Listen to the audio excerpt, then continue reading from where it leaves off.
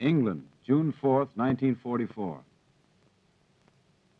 The men of the armies marched toward the southern ports. Equipment rolled down the roads.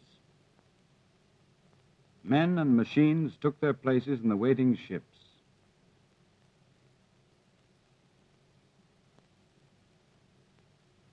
The men were British, American, Canadian, some of them veterans of Africa, Sicily, and Italy, some new to battle.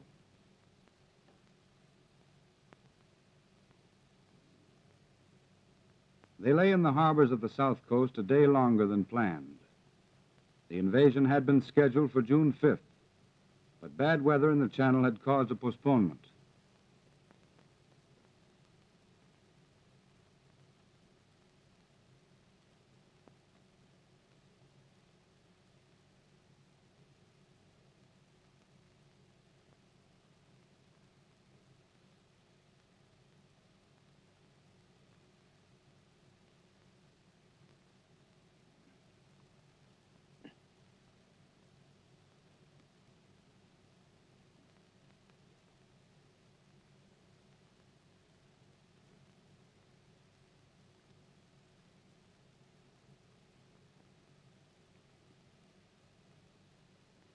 From the air, the German coastal defenses were hit by every type of Allied aircraft.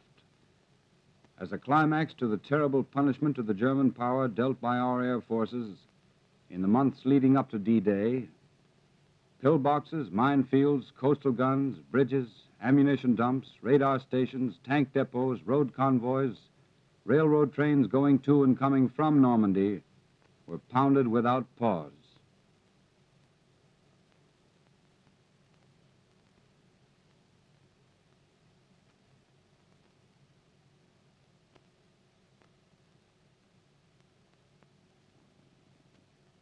The weather was still bad on the 6th, the sea promising to be choppy and dangerous. But the order was given, and the ships put out of the ports toward France.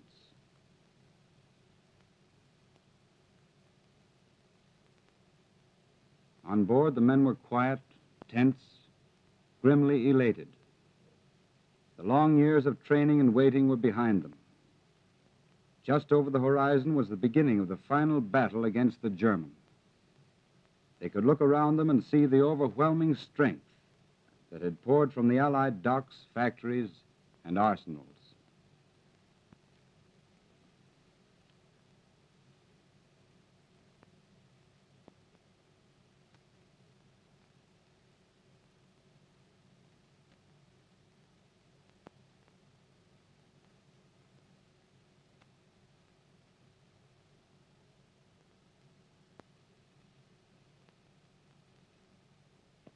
General Eisenhower's order of the day was distributed to every man on board the invading armada.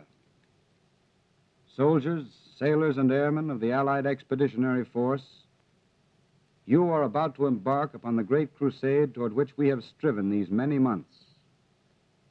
In company with our brave allies and brothers in arms on other fronts, you will bring about the destruction of the German war machine, the elimination of Nazi tyranny over the oppressed peoples of Europe, and security for ourselves in a free world.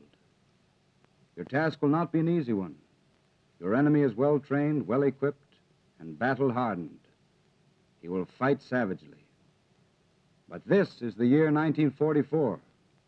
Much has happened since the Nazi triumphs of 1940 and 41. The United Nations have inflicted upon the Germans great defeats in open battle, man to man. Our air offensive has seriously reduced their strength in the air and their capacity to wage war on the ground. I have full confidence in your courage, devotion to duty, and skill in battle. We will accept nothing less than full victory. A screen of naval vessels, from battleships to PT boats, guarded the convoy across the Channel. Back in Britain, paratroopers marched out to their planes and embarked for the trip to Normandy.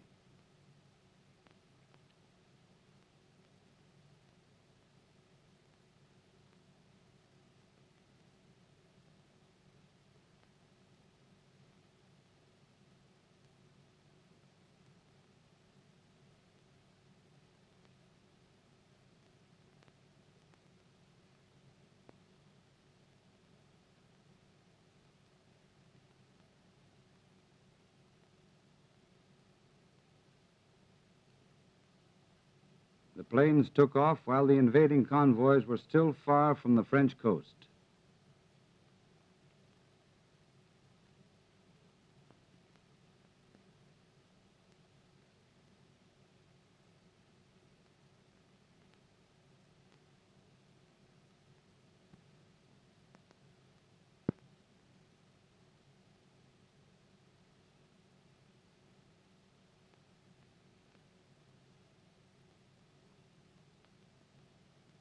As the ships moved toward the opposite shore, the men on them could see a procession of aircraft preceding them in the early light.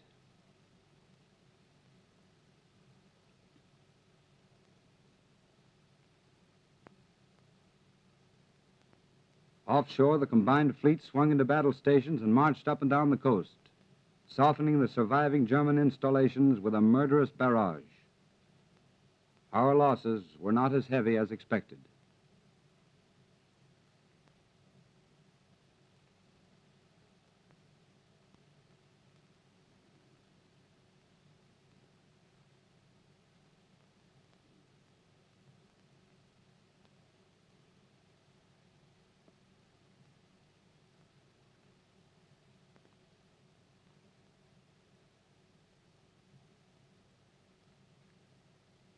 While this was going on, other airborne troops in gliders and tow planes prepared to take off from Britain.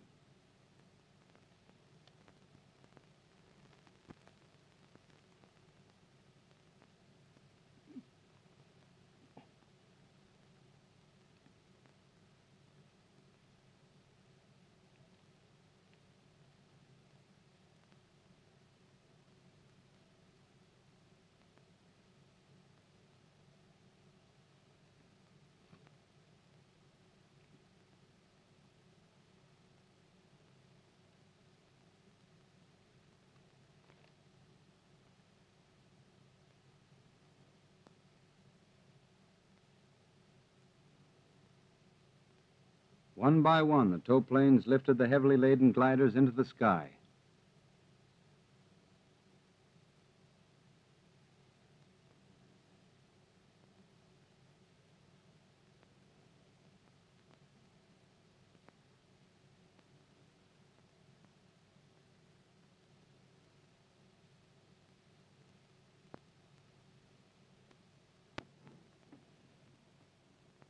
Now the shock troops of the invasion swung down the nets to the landing craft.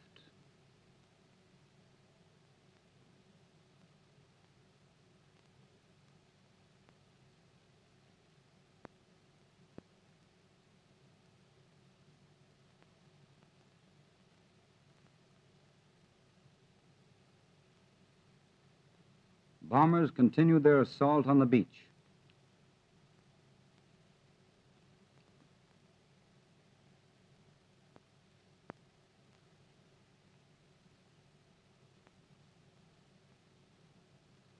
In a duel with a shore battery, at point-blank range of a mile, U.S. destroyer Corey was sunk. A moment later, the battery that had hit it was itself put out of action by a salvo from the destroyer Fitch.